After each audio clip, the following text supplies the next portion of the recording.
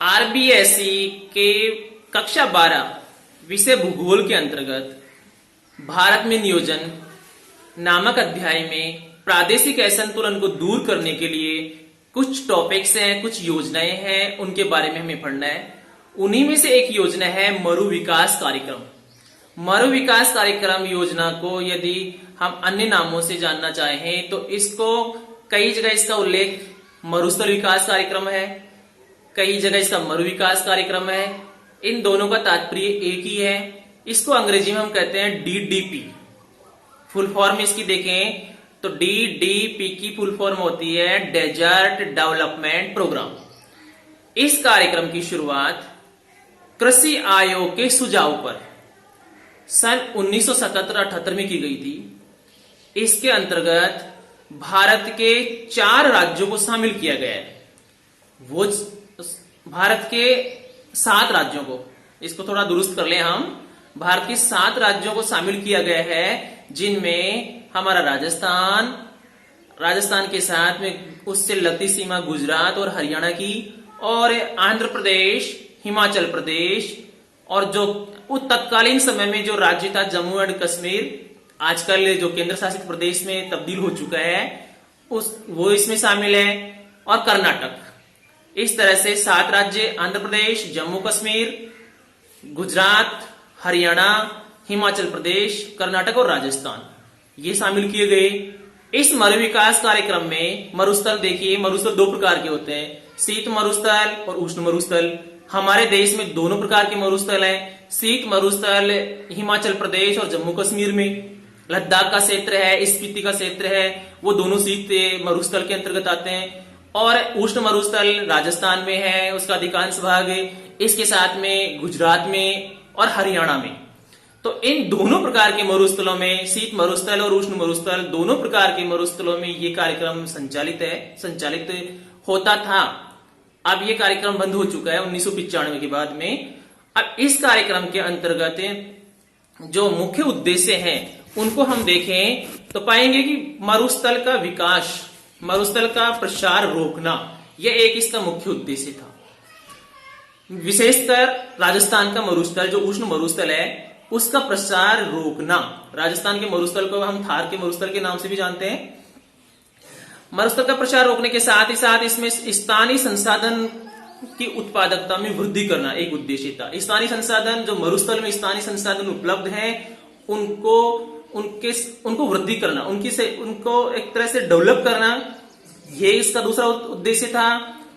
और एक तीसरा उद्देश्य हम देखें तो स्थानीय लोग, मरुस्थल क्षेत्रों के निवासियों की आय में वृद्धि हो, उनको रोजगार उपलब्ध हो सके, ऐसे कार्यक्रम किए जाएं, ये इसका एक मुख्य उद्देश्य था। अब हम देखते हैं कि इस योजना का जो क्षेत्र है वो कहां है। तो क्षेत्र की बात तो हमने कर ली कि कुल क्षेत्र तो इसका 7 राज्य हैं। 7 राज्यों में शीत मरुस्थल और उष्ण मरुस्थल दोनों इसमें शामिल किए गए हैं। उष्ण मरुस्थल के अंतर्गत 17 जिले शामिल किए जाते हैं, गुजरात, राजस्थान और हरियाणा के। और शीत मरुस्थल के 4 जिले, जम्मू कश्मीर और हिमाचल प्रदेश के, ये शामिल किए गए हैं। इसके अलावा जो मरुस्थलीय दशाएं और हमारे देश में विद्यमान है अन्य राज्यों में, उनको भी शामिल किया गया है। इस प्रकार से पूरे भारत में 40 जिले इस योजना के अंतर्गत शामिल किए गए थे।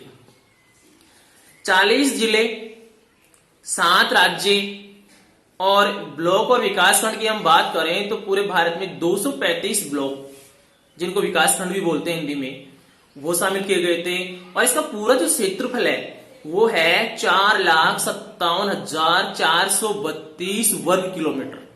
इतने क्षेत्र को ये कवर करता था ये कार्यक्रम। स्पेशल राजस्थान के संदर्भ में देखें तो हमें जानकारी होती है कि राजस्थान में कुल 16 जिले इस कार्यक्रम के अंतर्गत संचालित थे, और ब्लॉक 16 जिलों के 85 ब्लॉक। अब हम बात करते हैं कि इसकी कार्य योजना क्या थी। तो कार्य योजना के अंतर्गत हम शामिल करेंगे कि सबसे पहले तो जैसे उष्ण मरुस्थल को ले लेते हैं, राजस्थान के उष्ण मरुस्थल को। उष्ण मरुस्थल में बालुका स्तूप, जो टिब्बे होते हैं, जिनको टीले बोलते हैं, टिब्बे बोलते हैं, और रेगिस्तान की स्थानीय भाषा में राजस्थान के पश्चिमी राजस्थान में इनको धोरे भी बोला जाता है। तो उनको बालू का स्तूप, उनका स्त्रीकरण किया जाए, जो 3 प्रकार के होते हैं। बालू का स्तूप राजस्थान में, बालू का स्तूप मरुस्थल में 3 प्रकार के होते हैं, अनुदैर्ध्य, बरखान और अनुप्रस्थ। तो उनका स्त्रीकरण किया जाए। होता क्या है कि रेगिस्तान में बालू का स्तूप है वो स्थानांतरित होते रहते हैं, खिसकते रहते हैं एक स्थान से दूसरे स्थान तक हवा के साथ, पवन के वेग के साथ उनका पश्चिम से पूर्व की दिशा की ओर विस्तार हो रहा है। तो उसको रोका जाए। उसको रोकने के लिए एक पेड़ों की पेटी लगा दी जाती है पूर्व दिशा की तरफ, रेगिस्तान के पूर्व की तरफ, ताकि पूर्वी जिलों की तरफ इसका प्रसार नहीं हो सके। पेड़ों की पेटियां लगेंगी, उससे पवन जब मिट्टी को उड़ा के लाएगी तो अवरोध बन जाएगा और बालू का स्तूप, वो बालू के टीले वहीं स्थिर रह जाते हैं, वहीं स्थिर हो जाते हैं। दूसरे कार्य इसमें मृदा का संरक्षण, जो पेड़ पौधों की सहायता से पेड़ लगाकर वृक्षारोपण करके, पौधारोपण करके किया जा सकता है। जल संरक्षण, जल संरक्षण के अंतर्गत कई कार्यक्रम हाथ में लिए गए, जैसे टांका निर्माण। पश्चिमी राजस्थान में हम देखते हैं कि टांके बने होते हैं, वर्षा जल को संचय कर लेते हैं। वाटरशेड कार्यक्रम इसके अंतर्गत शामिल किया जाता है। और इसमें चरागाहों का विकास, इंदिरा गांधी नहर आने के बाद में सिंचाई की सुविधाएं पर्याप्त रूप से हमें उपलब्ध होती हैं। मरुस्थल के संदर्भ में हम देख रहे हैं, उष्ण मरुस्थल में, तो उधर इंदिरा गांधी सिंचाई आने के बाद में ऐसी योजनाएं अपनाई गई कि कृषि का विकास हो, कृषि के विकास में चरागाहों का विकास हो, ताकि जो पशु है, वहां के पशुपालन है, उसको समुचित मात्रा में चारा उपलब्ध हो सके। शीत मरुस्थल के संदर्भ में देखें तो वहां सिंचित कृषि और पशुपालन को बढ़ावा दिया जा रहा है। सिंचित कृषि जैसे हिमाचल प्रदेश और जम्मू कश्मीर में, वहां सिंचित कृषि को और पशुपालन को बढ़ावा दिया जा रहा है। उष्ण मरुस्थल में शुष्क मेखला कृषि को, जो कृषि शुष्कता वहन कर सकती है, जैसे ज्वार बाजरा या अन्य, उनको बढ़ावा दिया जा रहा है। इस योजना के अंतर्गत बढ़ावा दिया गया था। और वाटर हार्वेस्टिंग, जल संरक्षण, मरुस्थलीकरण, स्त्रीकरण, मरुस्थल का स्त्रीकरण का प्रयास, इस प्रकार की कई कार्यक्रम हाथ में लिए गए।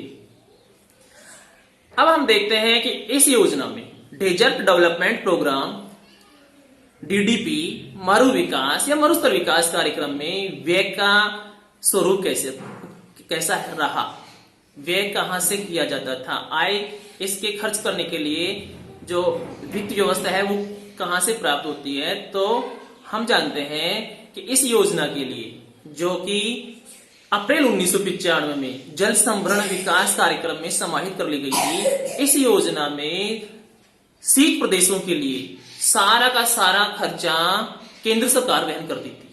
शीत प्रदेश, जम्मू कश्मीर और हिमाचल प्रदेश के, उनका सारा खर्चा केंद्र सरकार वहन करती थी।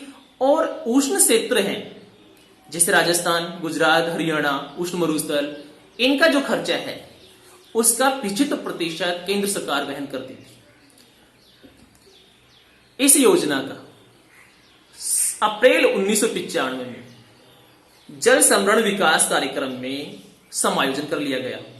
इस तरह से हम देखते हैं, इसका विवेचन करें इस योजना का, तो इस योजना के लागू होने के बाद भी, जो सन 1977-78 से प्रारंभ हुई थी, मरुस्थल के वहां के पारिस्थितिकी तंत्र में आमूलचूल परिवर्तन हुआ। जहां पहले वहां की आबादी को समुचित मात्रा में जो सुविधाएं नहीं मिलती थी, वो सुविधाएं प्राप्त हुई, पारिस्थितिकी तंत्र में सुधार हुआ और मरुस्थली का विस्तार रुका, और इस तरह से ये योजना सफल रही।